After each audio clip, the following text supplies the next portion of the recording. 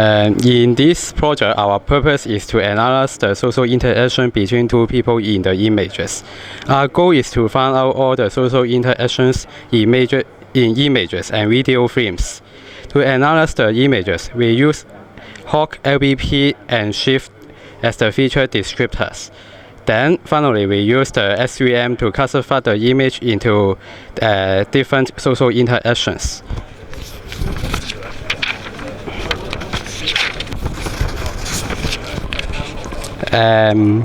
We follow the psychological study of the 1982 interpersonal cycle. It divides the social interaction by 8 dimensions. Here is our 8 tasks. Then, in the last semester, we have explain what is the FYP Hawk and do the result. In this semester, we use Shift, PCA, and back-of-word models to improve our result. We will explain what is the Shift FYP, Shift PCA, and back-of-words. Shift is the function we use to extract the features. Shift stands for the scale invariance features transform. Shift aims to produce the invariant and the distinctive features, although the image's content is transferred into the local feature coordinates. It is invariant to the translation, rotation, scales, and other images parameters. Individual features can be matched to the large database of objects. Therefore, this is a good function we use to do the feature extraction. First of all, we need to do the scale space extrema detection. In the first formula, I stands for the images, and the G stands for the differences of the Gaussian. We call the DOG filters. We use DOG filter since it's the efficient and stable. Then we have this formula. Then we combine these two formulas to get this formula. This is the convolution of the above two formula is used to do the scale space extrema detection. In the picture, we have seen the DOG pyramid. On the left-hand side are the set of scale space images, which comes from the repeatedly convoluted initial images with Gaussian. On the right-hand side are the DOG images, which comes from the subtracted adjacent Gaussian images. The Gaussian images is done sampled by this factor, and the process will repeat. Then we need to find the local maxima and the minima. We need to detect them. We compare the pixels with the upper and the lower layers to 1 pixels compared with the total 26 neighborhoods. The pixel which is selected is larger or smaller than all the 26 neighborhoods. After we find the minima and the maxima, we need to reject the low constraint coordinates or the poorly localized along on an edge because it poorly represent the feature. We use the Taylor series on the images convolute with the DOG, so we get the following formula.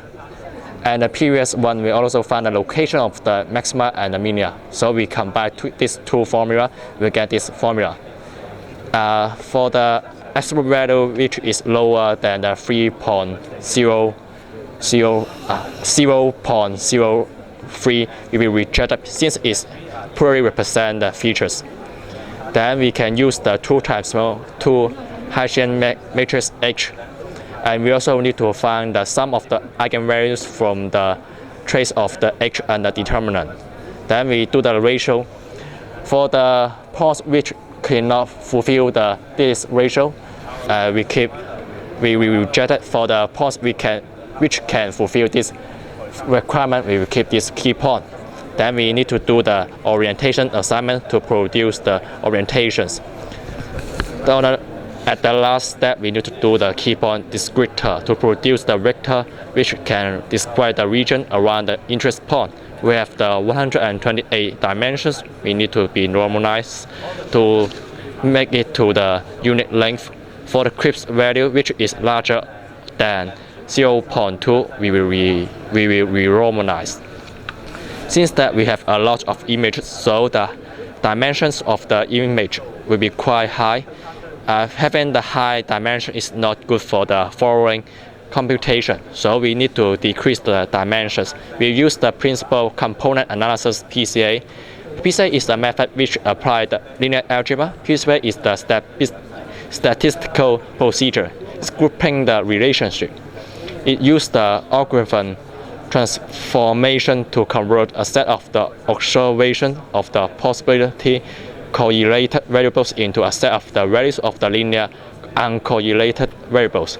We can see from the pictures which from the low redundancy, the points, the vectors are having different dimensions, so it's not focused on the one region.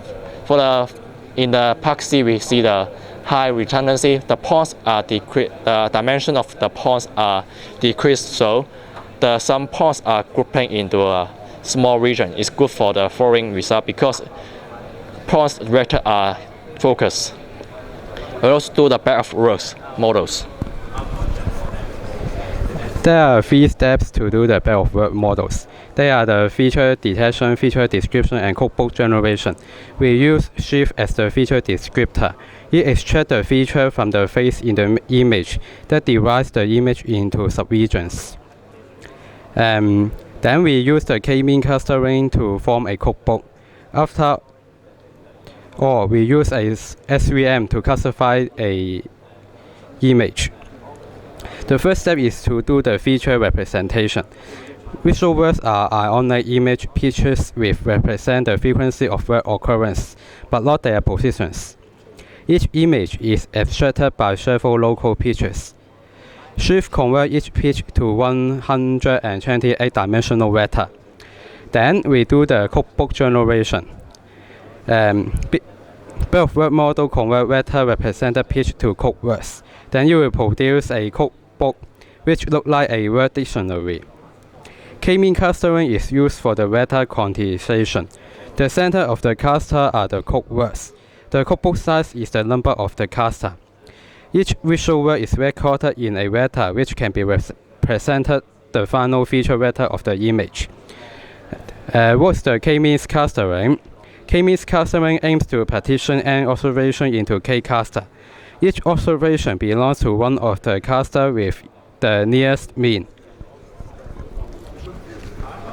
The objective function is look like this.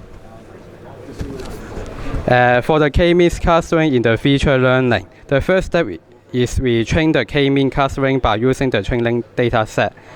Then we project any input data into the new feature space. We use the distance from the data to each centroid. Finally, it forms the histogram of the training data.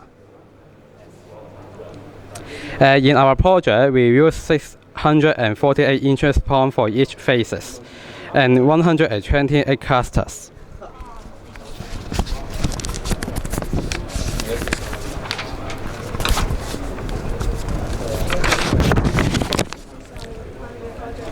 For the final result, in the first semester, we use 5,000 images to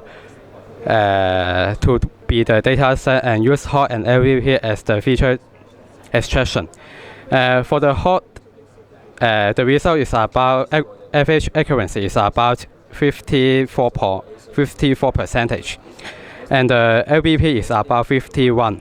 Since the data set we use is very unbalanced, we use another data set with 7,000 images.